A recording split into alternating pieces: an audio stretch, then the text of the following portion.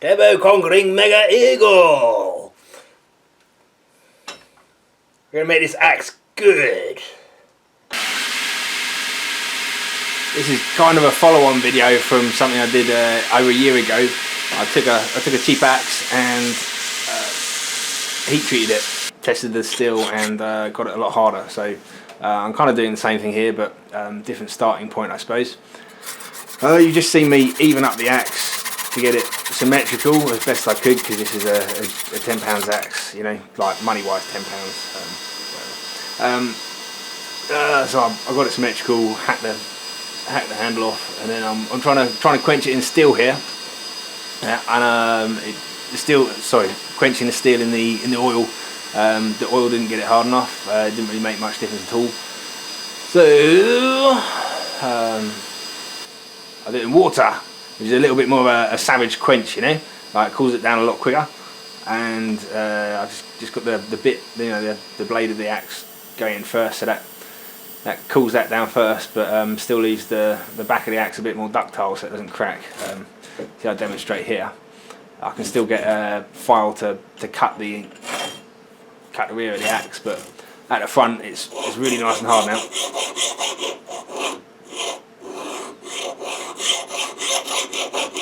Last time I did this, I wasn't paying attention to the grind of the axe. I just wanted to know if the axe would harden up at all.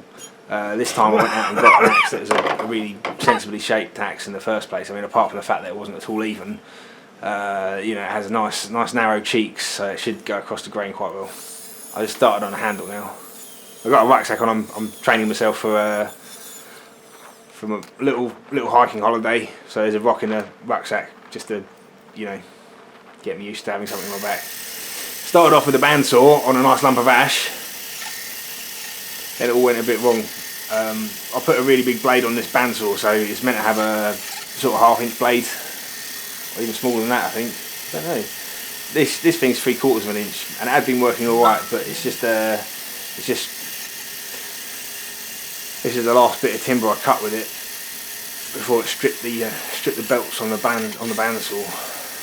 My fault entirely. Nothing against the bandsaw. It's a lovely little bandsaw, but I got a bit greedy with the thickness of timber and the blade I was trying to run on it. Yeah, stop cutting. So we get the axes out, hey? Two of my favourites.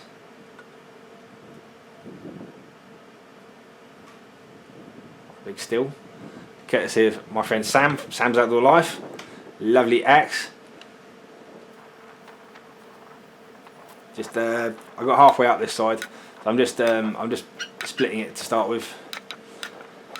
I haven't got much to do because it's like I say, the saw cut halfway up, so it wasn't too much effort to get a nice accurate split. It's quite wasteful doing it like this. I don't like wasting timber that I've paid for. I don't like wasting any timber, but especially not if I paid for it, you know. There we go. Anyway, kind of a bit of a blank. And I just go out with the axes for a bit.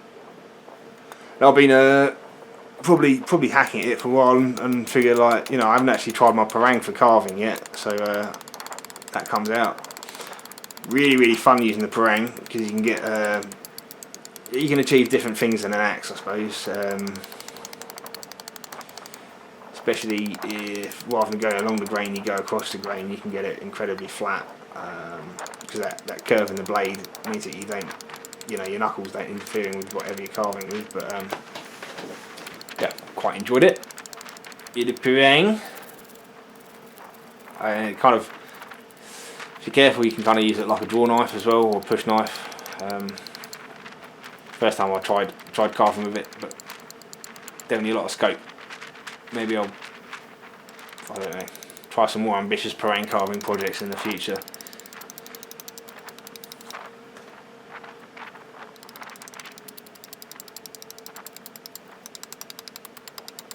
Always with this sort of thing, like lots of little nibbles, and then one big stroke clears off all the nibbles. Same technique with the axes as the parangs, I found anyway. Getting somewhere near now. But you wouldn't believe it, the weirdest thing. So my bandsaw broke, and so I thought I'd just hack it all out with axes and the parang. Yeah, and then I figured once I was done with that, I'll do what I normally do and move over to the sander. Yeah, I'll just give it a little go as a draw knife right here. Yeah, a little bit hard to get hold of it without chopping your fingers off.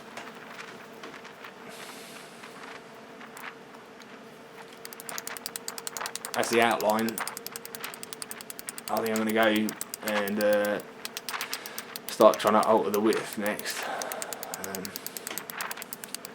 Notice I'm leaving the palm swell well alone. Right, I always do that when I'm making an axe handle. That's the last thing to do is mess around with the palm swell, because it's nice to have a bit of meat there. That way, if you hit it wrong with a mallet and you knock a corner off, it's not the actual palm swell, the finished palm swell.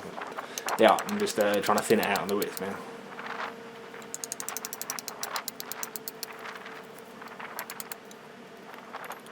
That is getting thin. Yeah.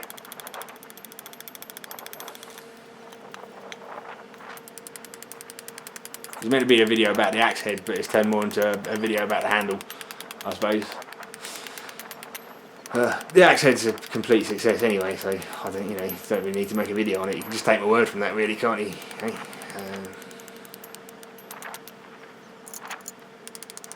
Yeah. And then, yeah, the funny thing was once I'd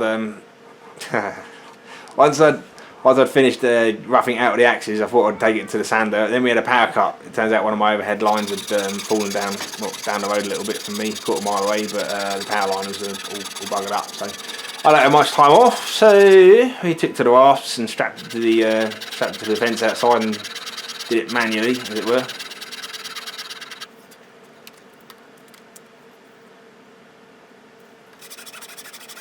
Taking a slot for the wedge.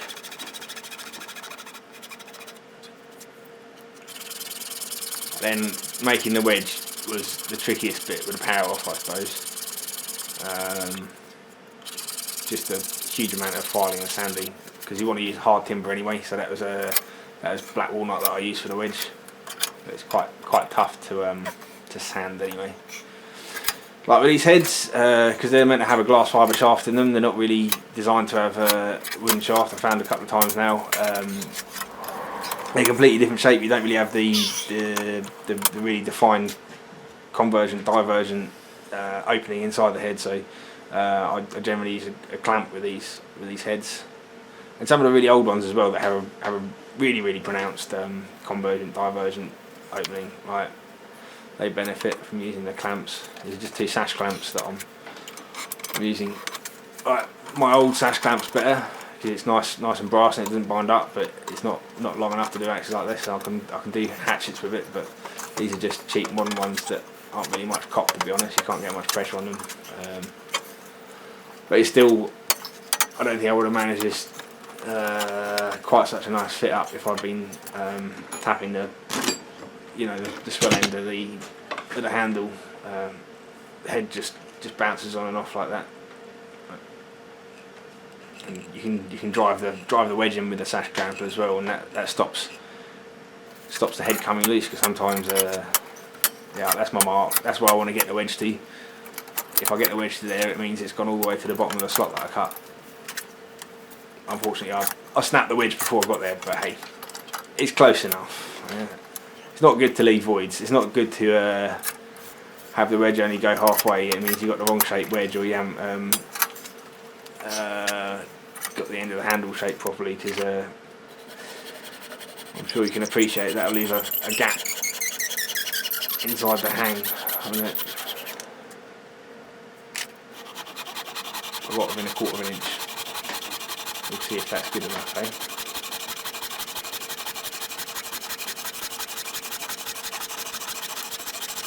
Tidying up.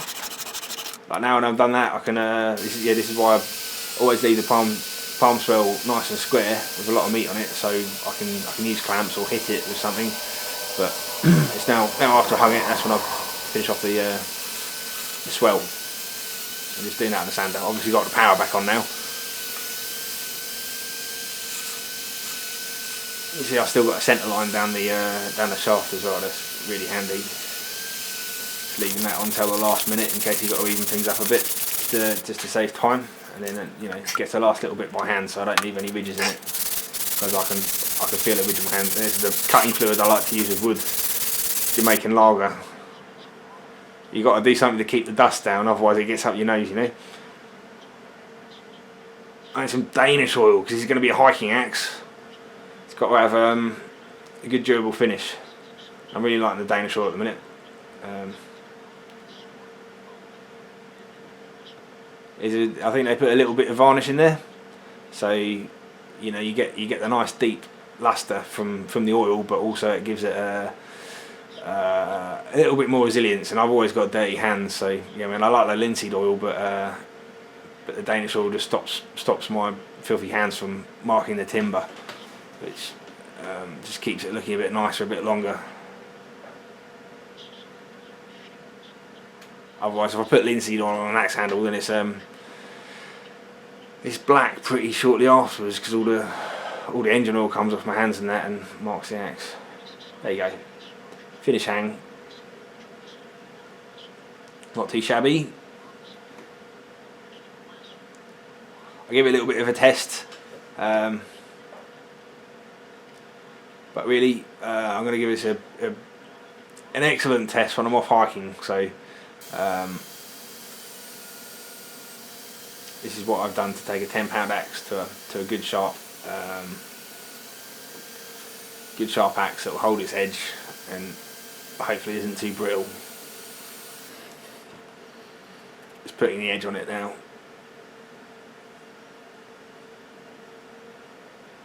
Thumbnail test, yeah, good and sharp there. I'm just going to show you swinging it once against a big lump of timber, then we'll go back to the thumbnail. It's not quite shaving sharp, it's still a convex grind. Have some, you bastard! Yeah.